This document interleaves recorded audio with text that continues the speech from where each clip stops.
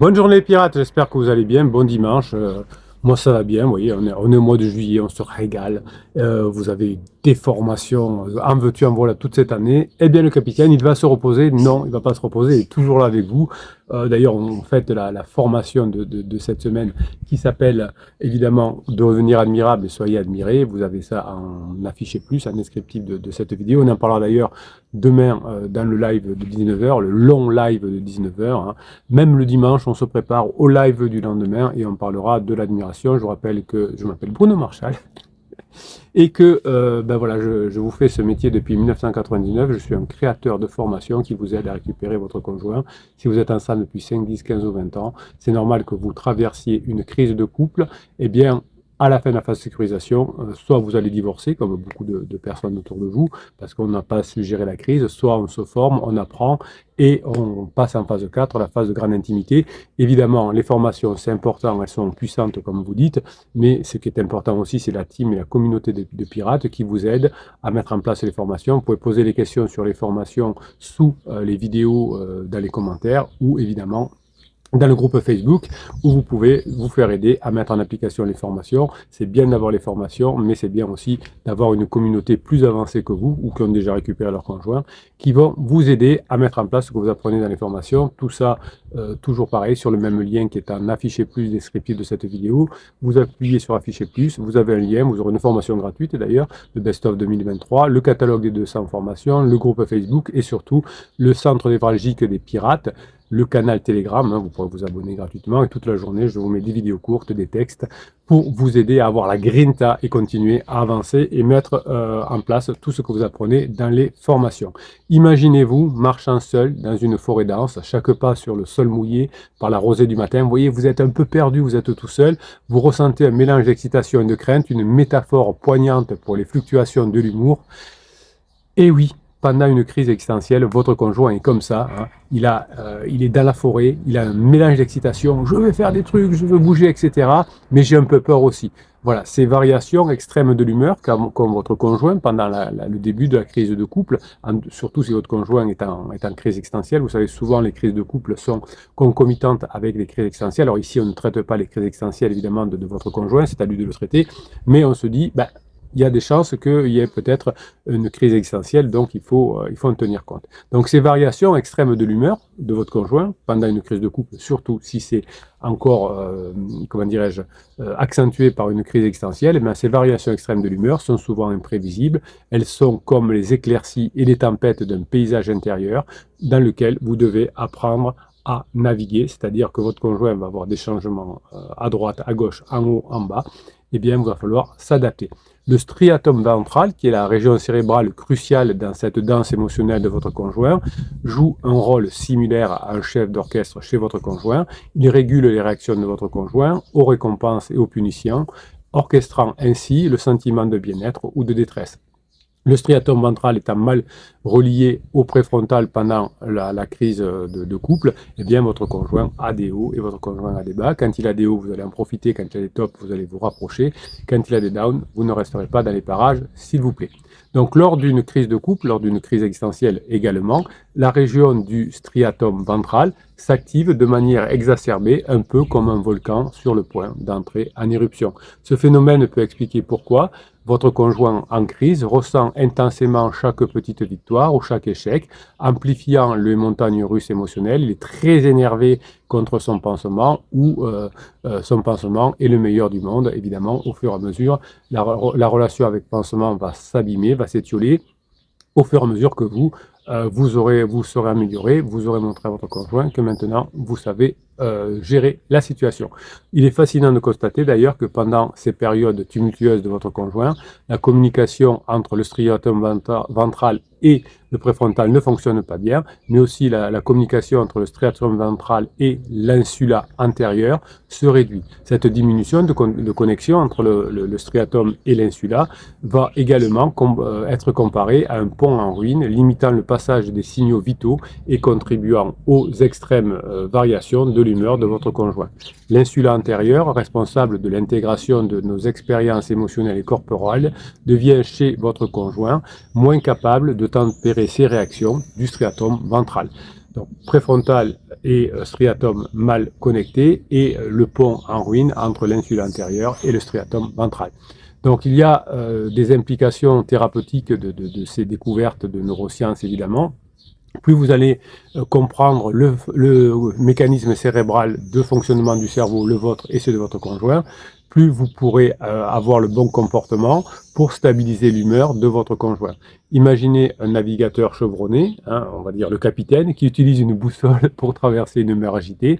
De même, les formations vont vous guider à travers les tempêtes émotionnelles de votre conjoint et réduire les risques de manie ou de dépression de votre conjoint, parce que oui, on va y revenir, votre conjoint a évidemment par moments des instants de manie et des instants dépressifs. Alors on n'est pas dans les maladies, mais on en a les symptômes.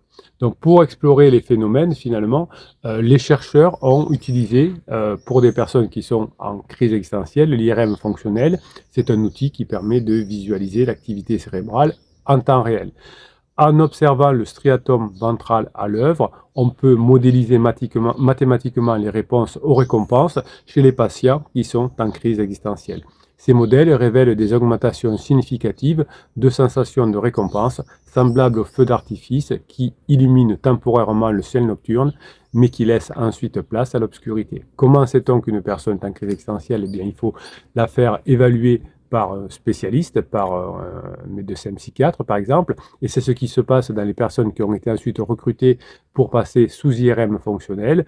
Le psychiatre a déterminé que la personne était en crise existentielle. C'est pas, hein, c'est un travail sérieux. Hein, c'est pas. Des fois vous dites au capitaine, est-ce que mon conjoint est en crise existentielle? Le capitaine ne l'a jamais vu et qui le verra jamais. Donc je suis obligé de vous tirer les oreilles et dire non, ici on est une équipe sérieuse, on n'évalue pas les personnes qu'on n'a pas vues. Hein. Souvent même pour des pervers narcissiques, des psys évaluent quelqu'un de pervers narcissique alors qu'il n'a jamais vu, et parfois même c'est même pas des psys, c'est la copine qui dit mais ton copain est pervers narcissique, ou des fois même vous-même vous dites mon conjoint est pervers narcissique parce que je l'ai lu dans Biba Magazine. Bien. Donc, quelqu'un qui est pervers narcissique doit être évalué, quelqu'un qui est dans crise existentielle doit être évalué. Et donc, les personnes qui allaient voir les médecins psychiatres, ça va pas, j'ai des symptômes, etc. Donc, ils évaluent une crise existentielle et pas de la bipolarité. Hein. Les médecins psychiatres savent évaluer correctement et disent, bah, écoutez, moi, je veux bien vous aider à passer votre crise existentielle. Donc, voilà ce que c'est une crise existentielle. Et est-ce que vous voulez bien participer à des expériences pour vous aider, etc. Et donc, oui, on peut. Et donc, les personnes ont pu faire les tests d'IRM fonctionnels. Hein. Il y a des personnes qui acceptent finalement de faire ces tests pour déjà aller mieux eux et leur donner le bon traitement.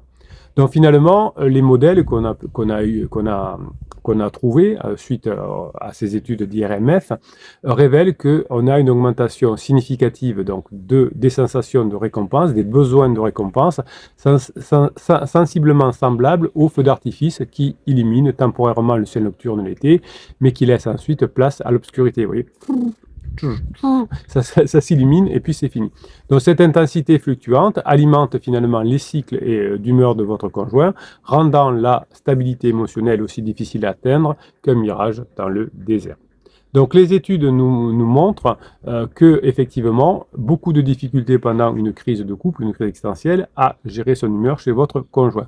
Des études d'ailleurs antérieures à ces études-là nous avaient déjà montré la concordance des résultats et la robustesse des conclusions avec l'IRMF.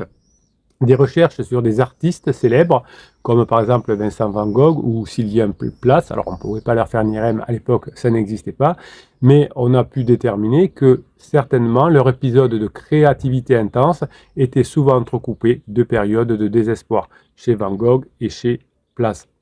Ces exemples illustrent parfaitement le symptôme de crise existentielle où les épisodes de manie et les épisodes de dépression se succèdent inlassablement jusqu'à la fin de la crise. Le diagnostic de ces fluctuations est évidemment basé chez le psychiatre sur l'observation des variations d'humeur. Donc il existe des traitements entre guillemets, alors moi je suis pas pour les traitements médicamenteux évidemment, mais bon voilà, pourquoi pas, il y a des médecins psychiatres qui peuvent prescrire des médicaments stabilisateurs de l'humeur, mais c'est pas, faut se le dire, la meilleure solution, c'est pas toujours efficace. En revanche, vous pouvez, en diminuant le stress que vous mettez sur votre conjoint, au contraire, en stimulant son système de récompense, en allant plutôt vers des choses agréables avec lui, vous allez plutôt vous rapprocher de votre conjoint et l'aider à se calmer.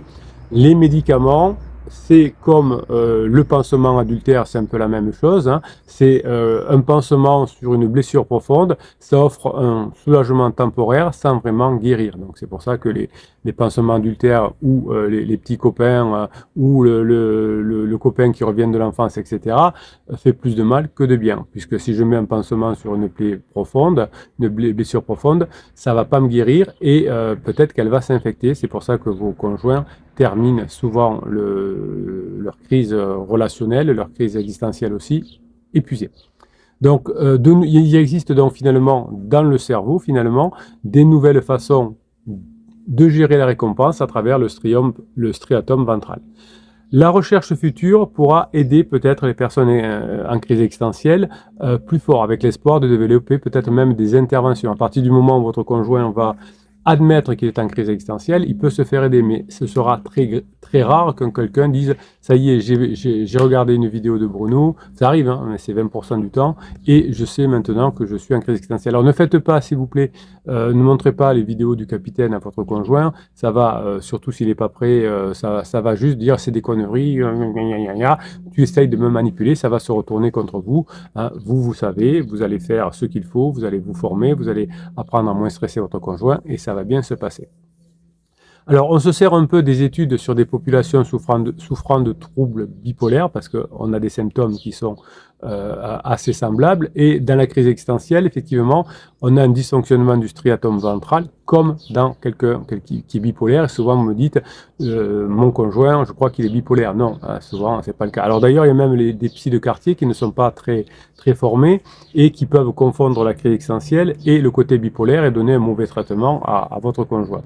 Évidemment, l'objectif à long terme pour vous, c'est de créer une relation comportement avec votre conjoint qui permet de stabiliser durablement l'humeur avec votre conjoint, puisqu'il va se rendre compte que chaque fois qu'il vous voit, ça se passe bien et ça va aider à votre conjoint, évidemment, de mieux passer sa crise existentielle et de retrouver avec vous en phase 4 une vie équilibrée. Alors, vous pouvez tenir un journal détaillant les fluctuations de l'humeur de votre conjoint, peut-être qu'est-ce qui a fait qu'il y a eu des déclencheurs émotionnels négatifs, qu'est-ce qui a fait qu'il y a eu des déclencheurs émotionnels positifs, parce que vous avez fait quelque chose de bien, et vous allez analyser ces données, ça peut vous aider à trouver des schémas et des stratégies pour mieux protéger votre conjoint des erreurs qu'il pourrait faire, mais aussi pour vous rapprocher. Vous pouvez aussi utiliser la réalité virtuelle pour vous stimuler des situations de crise et pratiquer finalement chez vous un calme dans votre cerveau pour mieux gérer les crises de votre conjoint.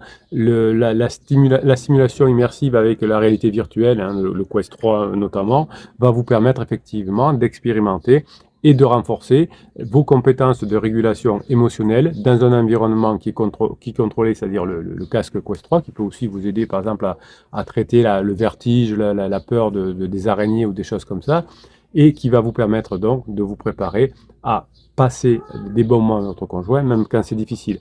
Vous pouvez participer aussi à des séances d'art-thérapie pour exprimer et explorer les émotions à travers la peinture, à travers le dessin, la sculpture. Si vous êtes quelqu'un qui aime l'art, si vous aimez chanter, faites plutôt à travers le chant. Si vous aimez bien jouer de la musique, à travers la musique. Si vous aimez bien faire le sport, essayez d'avoir des idées qui vous permettent d'avoir ce que j'appelle une voix cathartique, comme quand on va au théâtre, pour libérer les tensions intérieures et retrouver un équilibre